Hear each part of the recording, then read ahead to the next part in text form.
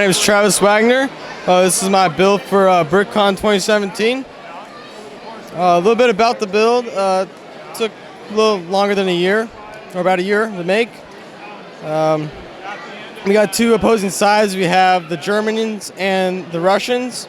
We're kind of going for like a light gray and a dark gray feel for it. What it kind of does the scene depict here? Obviously, it's kind of a beach landing. It's kind of a futuristic battle. Yeah, so this is actually a real area. Kiel's in Germany. It's northern Germany. It's pretty close to Russia, and so I thought that was be interesting to do. Talk about some of the vehicles, especially down here. The landing craft and stuff you've got here coming ashore, I think, are really cool. So all this stuff is made by me. So we got the big one over there. It's called the Buff. It's a big, beefy mech, and then these other ones, the smaller ones, are called Toads, which stands for Tactical Operated Assault Drones.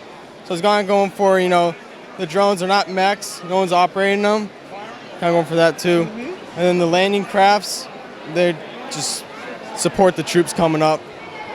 Exactly, and then you've got lots of great minifigs throughout it here. So are those custom, or how would you put those together? So all the body armor and the helmets are brick arms, but underneath it is just my own black bodies. And around there's just Star Wars guys.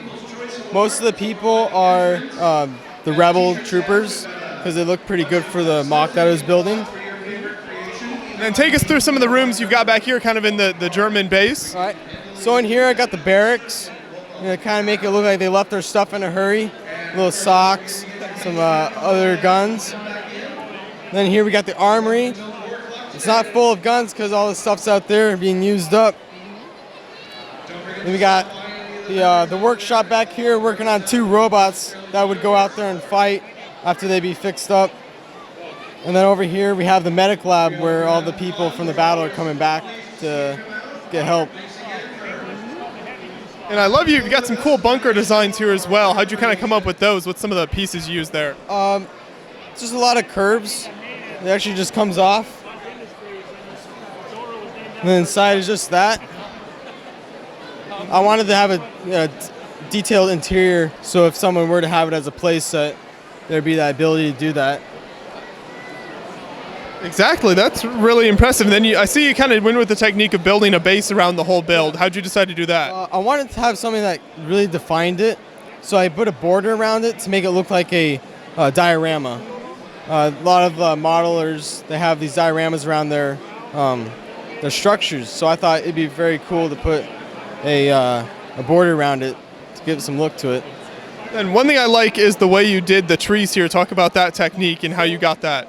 I ordered a lot of grass pieces because I knew I was going to need a lot more grass pieces for the actual build, and I ordered too much.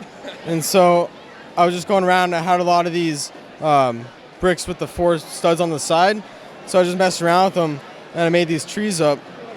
And I thought they went really well with it. They look like pine trees, which is what they have in Kiel.